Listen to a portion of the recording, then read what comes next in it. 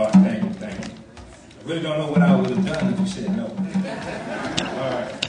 I want to thank Tim for the kind words. And actually, I'm not going to stand behind this podium doing the whole presentation. You know, I'm going to come out because I'm the type of person that moves around. Actually, if you know me, you know that about me. I'm never standing still. All right. Basically, what I want to talk about tonight is cooperative economics. Okay, Ujaama. Tell you a little bit about me. I'm a graduate of Cass Tech High School. Graduate of Wayne State University.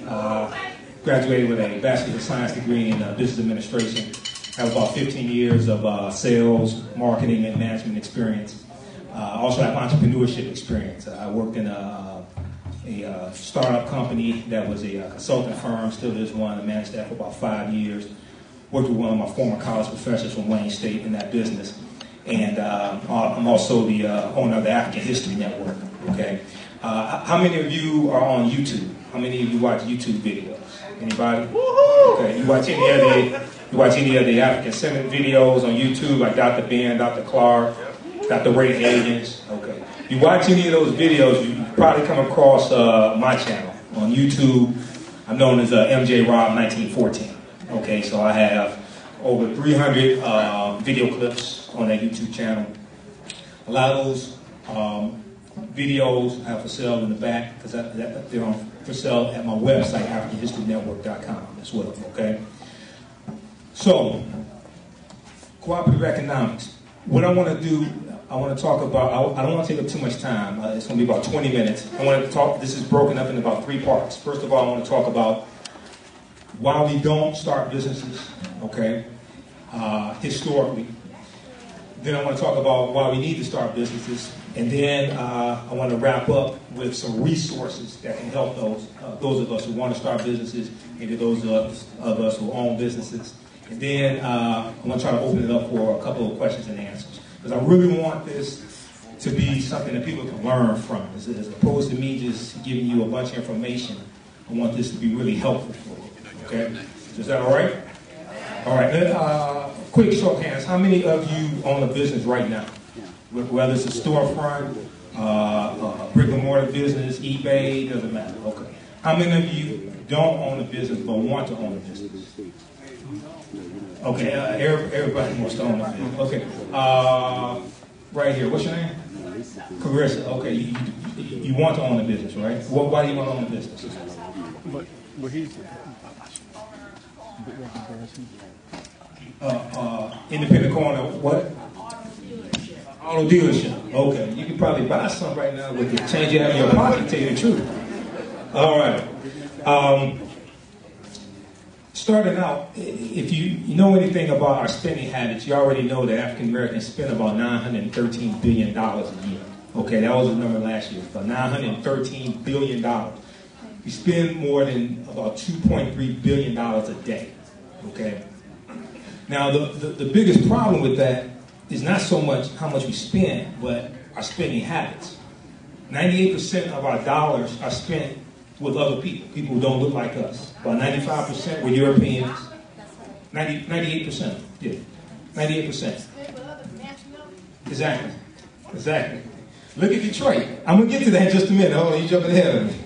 All right, but 95% of our dollars are spent with European-owned companies.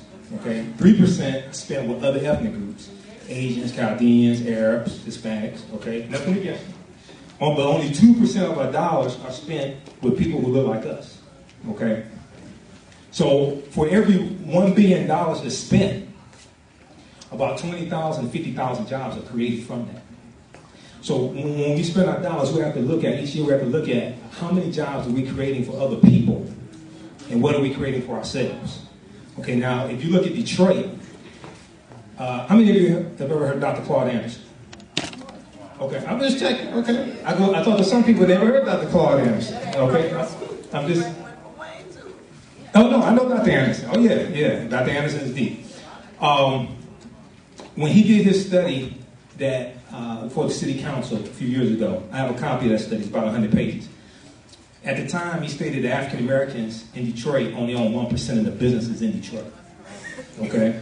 We make up about 85% of the Detroit population. The population is somewhere between 850,000, and I've heard estimates as low as 750,000. But we own about 1% of the businesses in Detroit.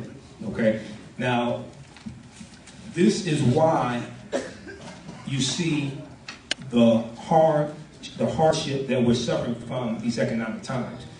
I mean, when down at Cobo Hall about 2-3 months ago, when they were giving out the applications for the vouchers, and there were about 35,000 people that showed up, you didn't see a bunch of Koreans and Asians and Chaldeans standing in those lines. You saw us. Okay, but we're the ones who spend our dollars at their stores that make them rich. Okay, and it's known all around the world that you can come to the African American community anywhere in the U.S., set up a business, and become a millionaire because we'll buy from everyone except ourselves. Okay, so part of what I'm going to talk about is a little bit of the history behind that and how we have to change that. Okay. If you're familiar with Dr. Anderson, you're familiar with something called the doctrine of exclusion. Anybody familiar with that? The doctrine. Some people shaking their heads, some people nodding their heads. Okay. You know that. Let's go back a little bit. You know that Africans came to this country going back about 16,000 years. Okay. We didn't just come here in 1619. We didn't just come here in 1555. Even if you look at Africans being brought as slaves in the territory of South Carolina. 1526, Spaniards were bringing them in. That's even before 1555 or 1619. But even though we were here going back about 16,000 years ago, the Folsom people, in 1638 in the colony of Maryland, they instituted something called the doctrine of exclusion, which stated that black people should never be permitted to enjoy the fruits of white society. Okay, you can read Black Labor, White Wealth by Dr. Claude Anderson. He documents it in there. You can read Powernomics as well by Dr. Anderson. Can everybody hear me in the back? Okay, all right. Because usually, say it again? Oh, okay. All right. Because usually I don't speak with a microphone, so usually my mouth was big enough everybody can hear me. But in the colony of Maryland, what that did was lay the foundation for racism as we know it in America. It was later expanded in around 1660, 1680, and it was expanded to state that black people should be a non-compensated, non-competitive managed workforce for the express comfort building of white society. All the other colonies adopted this, and we're suffering from that legacy today. Okay, one of the biggest problems that has happened, and one of the, how should I put this? Because I don't want to offend anybody. One of the biggest mishaps from the civil rights movement is that we didn't understand that this is a competition for wealth and resources. See, every other ethnic group understands that because every other ethnic group has their culture intact. So their culture teaches them that the only way that they're going to survive is to rely on one another. Okay, no other ethnic group teaches their children to go to school, get a good education so you can work for someone else. Okay, so you can work for another ethnic group. We're the only ones in America that do that. All right, now I'm not trying to put down anybody that work for a European corporation, because I do it myself. Okay, I'm not trying to put that down, but we have to understand it's not an either or, it's a both and. You can do both, and when we do both, see the reasons why we have to create businesses for ourselves. Number one, we tend to go to other businesses owned by other ethnic groups and get mad at them because they won't hire our children in their businesses. We go to their businesses and they have their kids working there, they have their family working there. Each time you go there, they have somebody new who just came over on the ship, okay? Because they sent money home to bring these people over.